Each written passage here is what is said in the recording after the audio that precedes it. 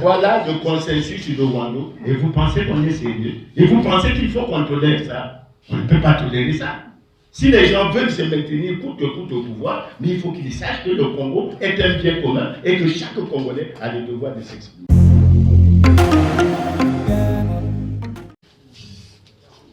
Je crois que lorsque nous posons des problèmes, nous les posons de façon transparente dans l'intérêt du pays en général. Quand vous reprenez notre mot liminaire, il est bien dit que tout ce qui se fait dans l'irrespect total des lois et règlements de la République. Et on n'a pas besoin d'avoir un problème personnel avec le président Sassou. Je vais rappeler, parce que à la fédération, nous tenons beaucoup à ces choses-là, je vais faire quelques rappels. Laurent Gbagbo dit, la démocratie, c'est le respect des textes. À commencer par la plus grande norme en droit, qui est la Constitution.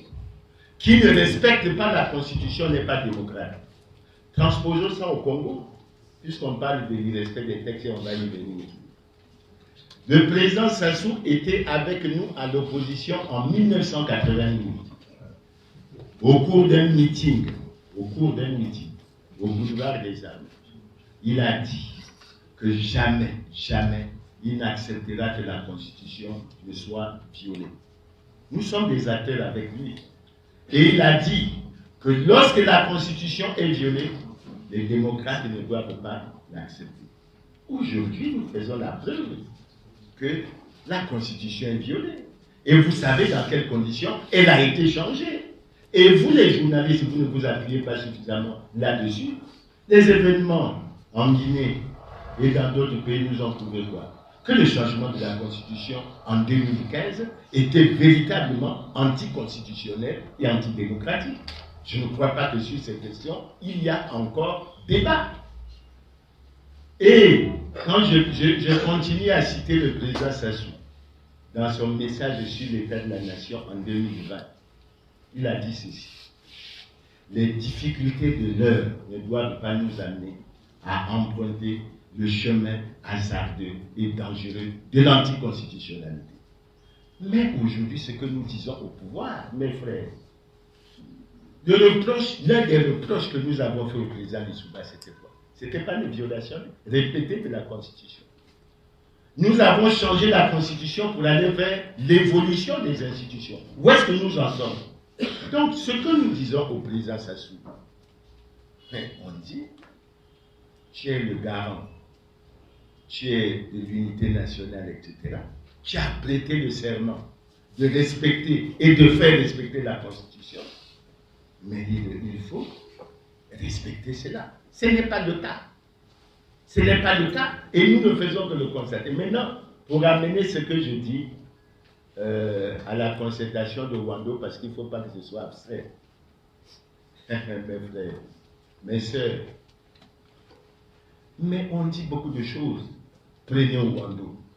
Franchement, c'est une escroquerie politique.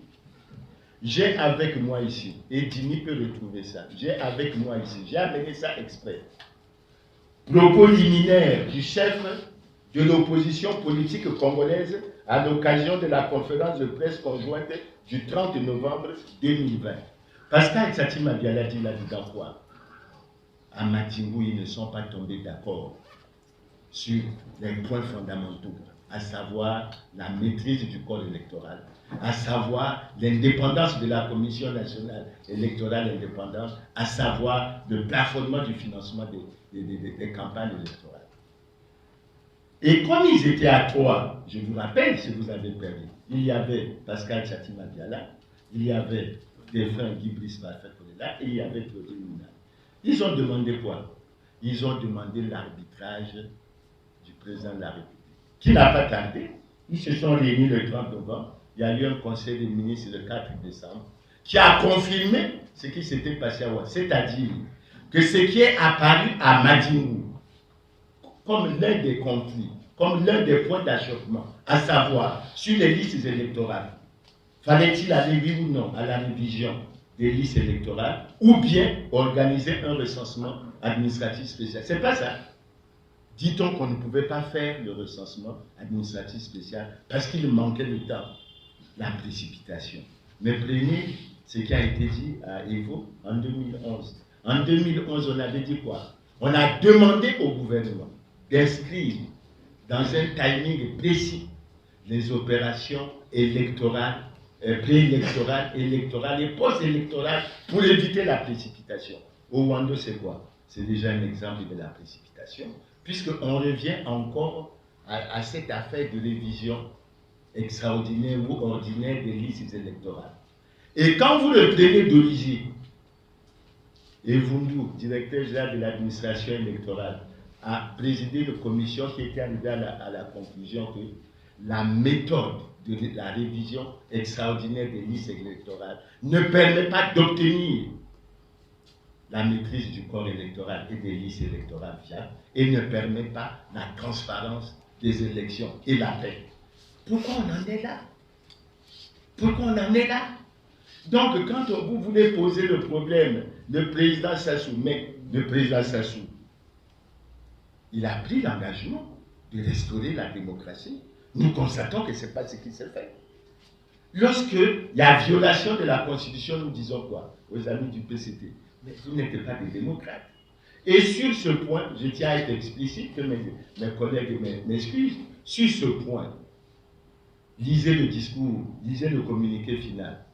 On dit que ceux qui ont participé sont conformes à un arrêté qui a été signé. Mais lisez le titre de l'arrêté.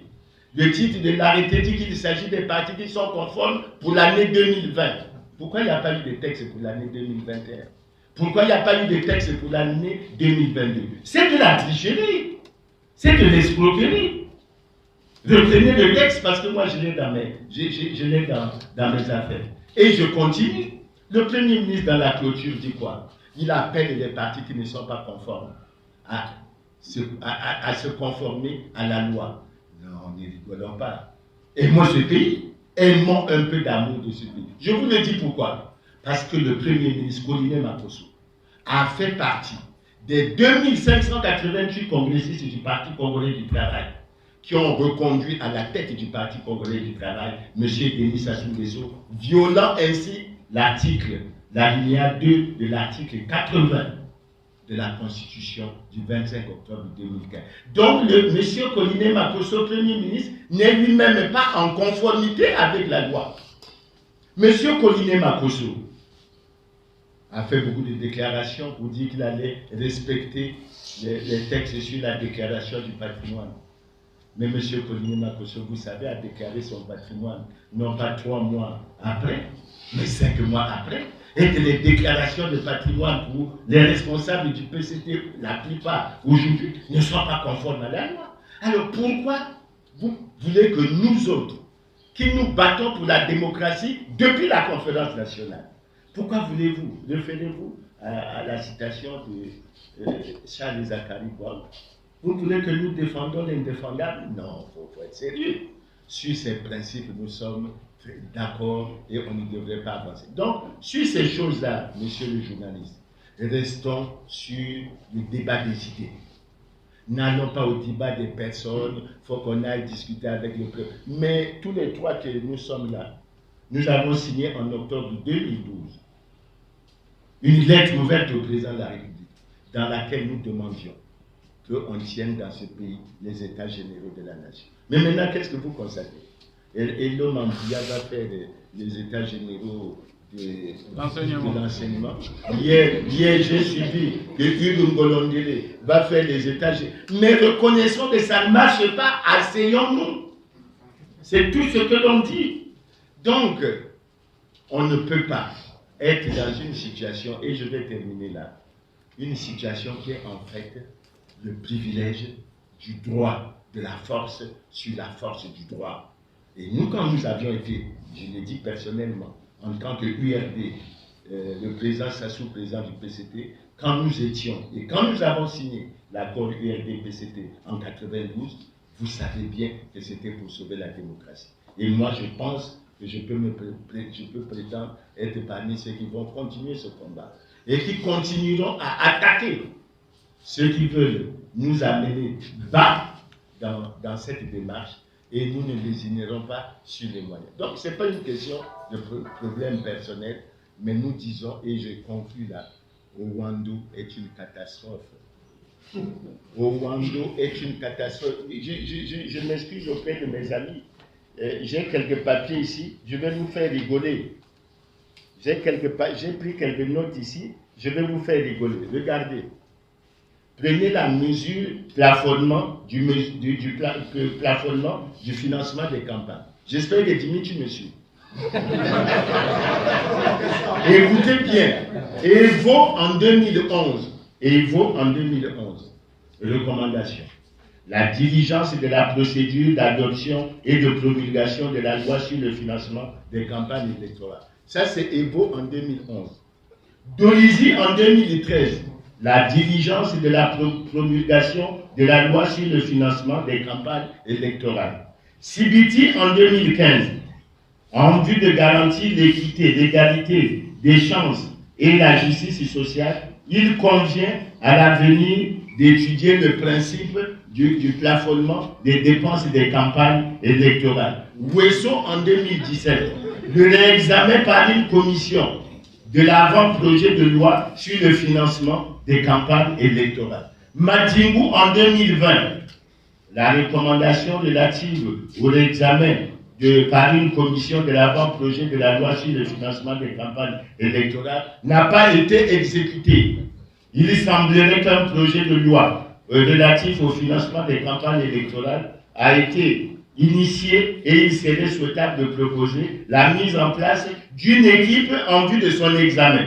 Il a été demandé aux participants à la concertation politique de Madingou 2020 de prendre conscience des contraintes majeures qui n'ont pas permis au gouvernement de mettre en exécution, en œuvre les recommandations relatives au plafonnement des dépenses des campagnes électorales. Écoutez maintenant au Wando 2022.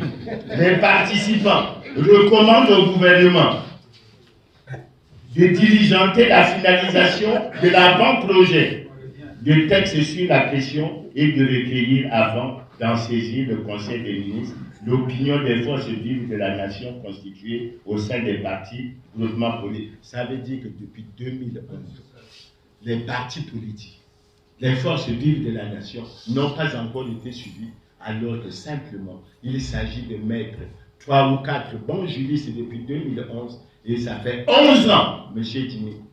Et ça, voilà le consensus de Wando. Voilà le consensus de Wando. Et vous pensez qu'on est sérieux? Et vous pensez qu'il faut qu'on tolère ça? On ne peut pas tolérer ça. Si les gens veulent se maintenir coûte que coûte au pouvoir, mais il faut qu'ils sachent que le Congo est un bien commun et que chaque Congolais a le devoir de s'exprimer. C'est là que je termine et je vous remercie.